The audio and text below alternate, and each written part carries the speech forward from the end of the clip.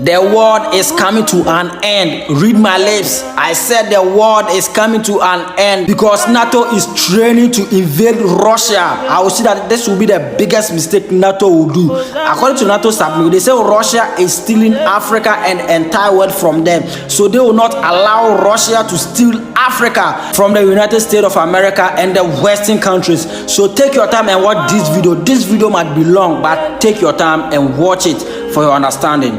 NATO is sending a message to Russia. For the next 2 weeks, 250 military aircraft and 10,000 soldiers will dominate these skies. They're practicing how to respond to a Russian attack.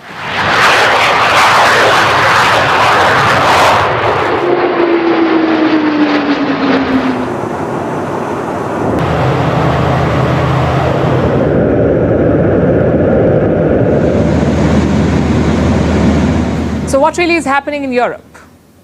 NATO drills, the largest ever, the biggest air exercise in NATO's history. Germany is playing host. A total of 25 countries are taking part. This includes friends of NATO as well, countries like Japan. Japan has joined as an observer. And Sweden, which is still waiting to join the NATO. And what are these troops preparing for? A potential war with Russia. Or should I say, another war with Russia, considering they're already fighting one. This exercise is quite deliberately taking place at a level that is not intended to contribute to escalation. It is, of course, a massive presence. It is also important to send a clear signal to Russia. So NATO is sending a message to Russia. Although the exercise is not a new idea, really. It was first thought of in the year 2018, 4 years after Russia annexed Crimea. These drills were meant to be a response. Took them 4 years to think of a response. And in the end, they chose to junk the plan. Then Russia invaded Ukraine, and more than a year into the war, NATO has finally come together to conduct an air drill. Full marks for promptness. From my perspective, we are sending a strong message here that we care about our security. And that, I think, is something that is needed more than ever since Russia's invasion of Ukraine. Germany is leading these drills. But what's the point of this exercise beyond making a point to Moscow? Testing and maintaining interoperability. In simple English, they're trying to see if they can fight as one force against Russia. The focus of the drills is Eastern Europe.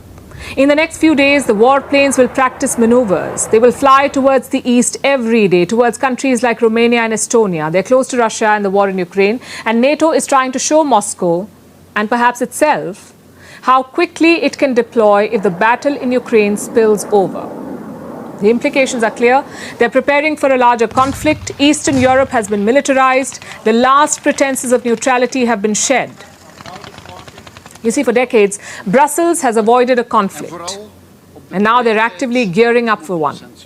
Europe is spending big money on arms.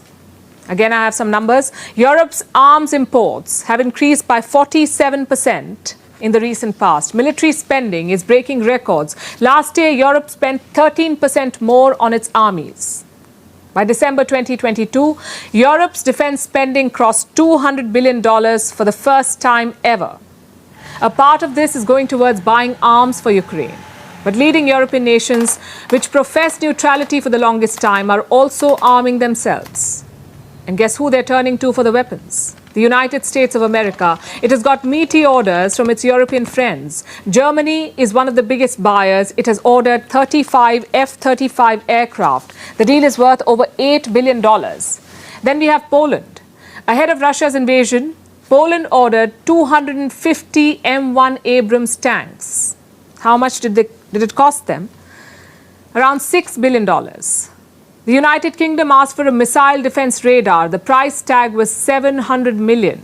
Around the same time, Spain placed an order too.